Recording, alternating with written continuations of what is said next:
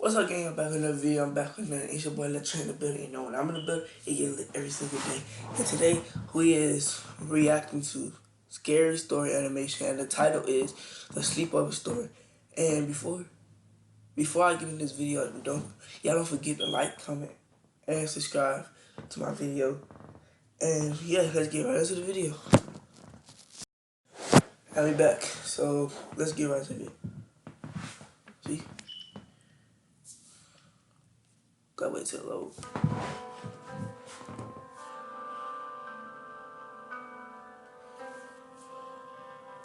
Oh, and I can't, like, the only reason why I'm doing like this because I already tried to put my face up there and then have like you know what I'm saying, but it didn't let me do it, so yeah, that's what I'm doing.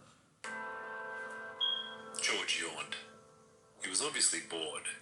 He'd agreed to come round mine for a sleepover because I was new at school, and he wanted to see what kind of house I lived in, get a sense of what I was like. But I could tell he was already regretting the decision. I thought you said you had a PS4. George's eyes flicked around the bedroom, as if he was hoping the console would magically appear from somewhere. We'd been upstairs since dinner. He'd explored my room. We chatted for a bit, then watched some random shows on Netflix.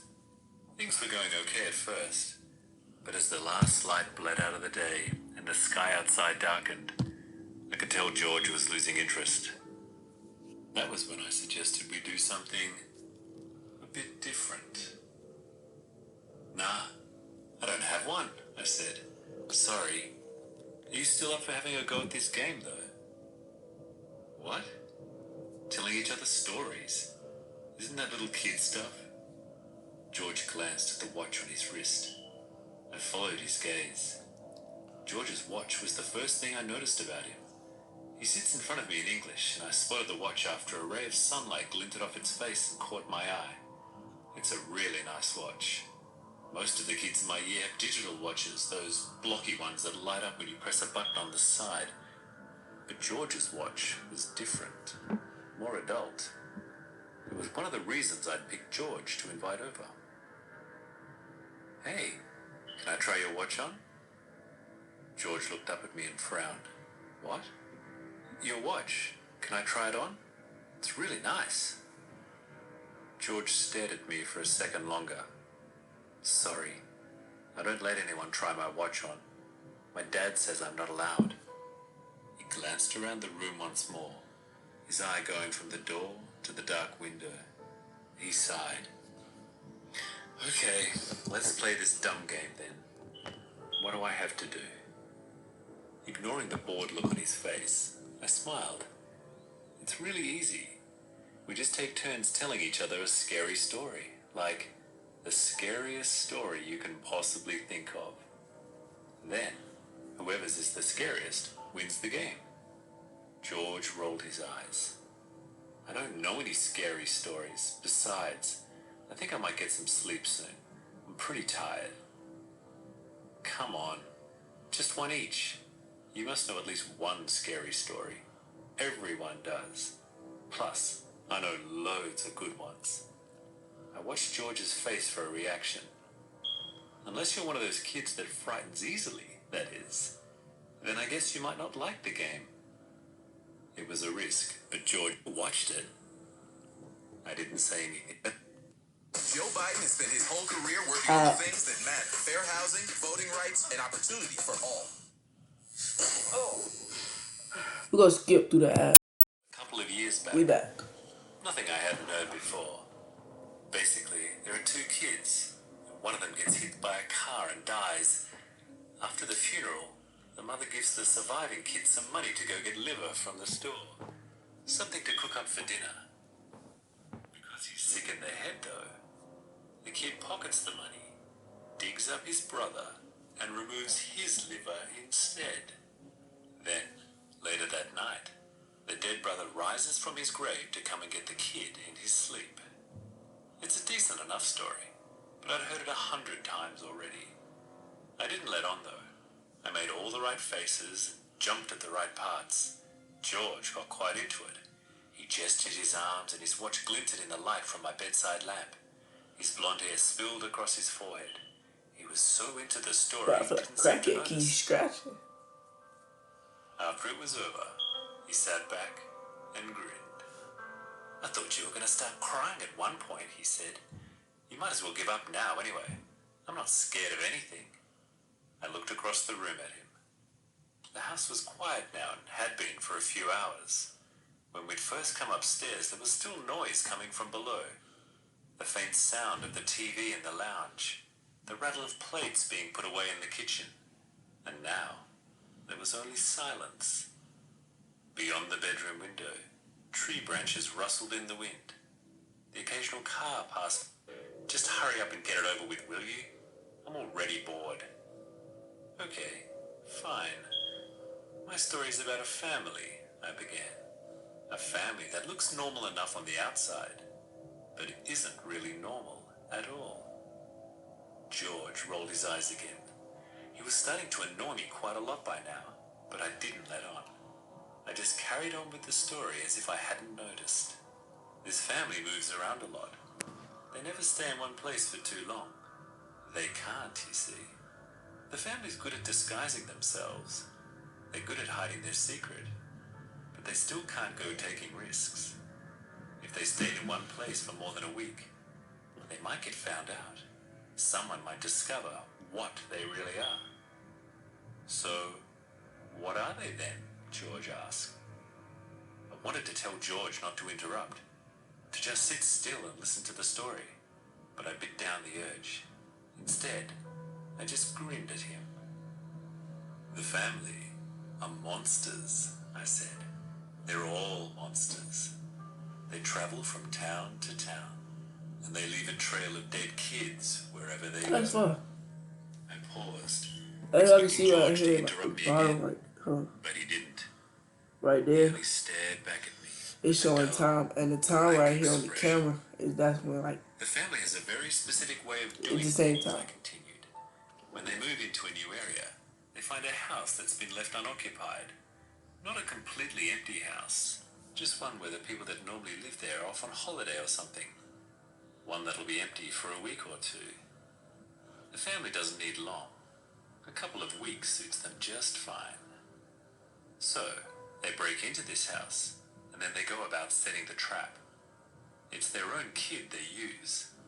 They send him off to make friends in the neighborhood, round the nearby parks, maybe off to the local school under a fake name. Tell him to get to know the other kids. The family is hungry by this point. Really badly hungry. But they don't do anything just yet.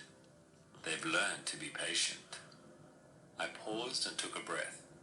This was a story I'd told before, but I found I liked it more and more with each retelling.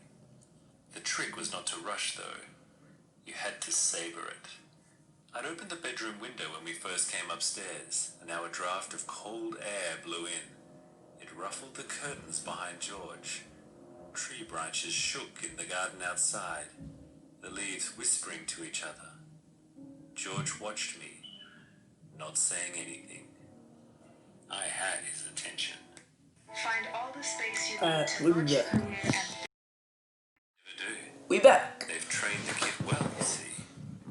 He's not just a victim in all this.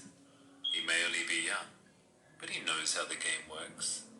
Once the family has been in the area for a little while, a few days, maybe a week at most, the kid makes his choice. He picks a new friend to invite back to their house.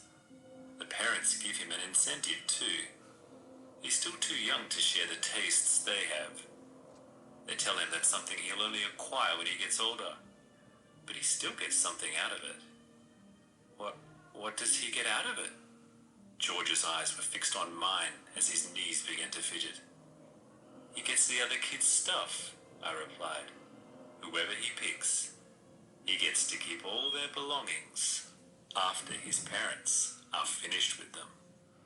Somewhere in the house below us, a door slammed. George's eyes flicked away from mine towards the bedroom door, then back again. I smiled at him. So, George kept his eyes on me as he tried to formulate the question.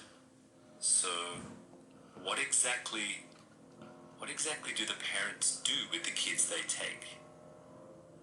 Oh, they eat them, I replied. They eat their insides. They tear the kids open while they're still screaming, and they pull out their guts and intestines by the handful. Wolf everything down until there's nothing left but a husk. I grinned. Somewhere below us, a floorboard creaked. The sound was faint and muffled, and I don't think George heard it. Can you imagine what someone looks like when they've had everything inside them removed? They hardly even look like a person at all. It's like the stuff a snake leaves behind when it sheds its skin. The glow from the bedside lamp made George's skin look pale. His lips were slightly parted as he stared at me. But how do they get away with it, he asked.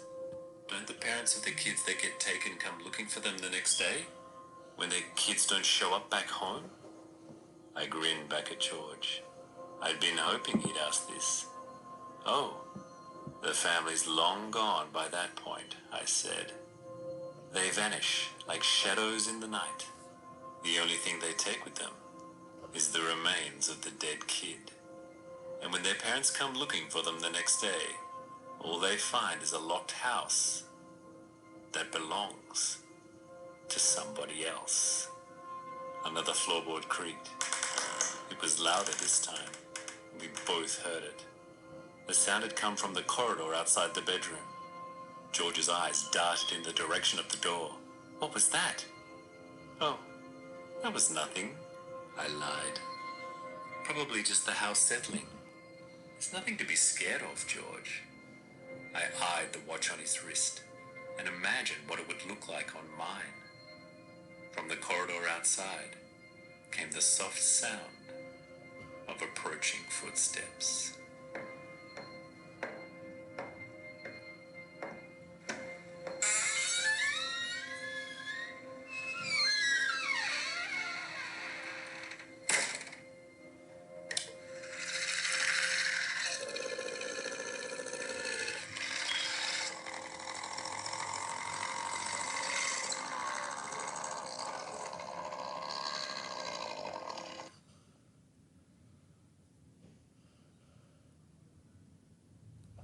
So, what y'all think happened on that video?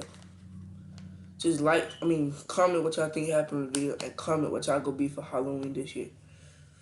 And basically what I think happened on the video, I think the little boy that was telling the story, I think that was him. I think that his family is about to come in the room and kill him. But we about to leave. That's the end of the video.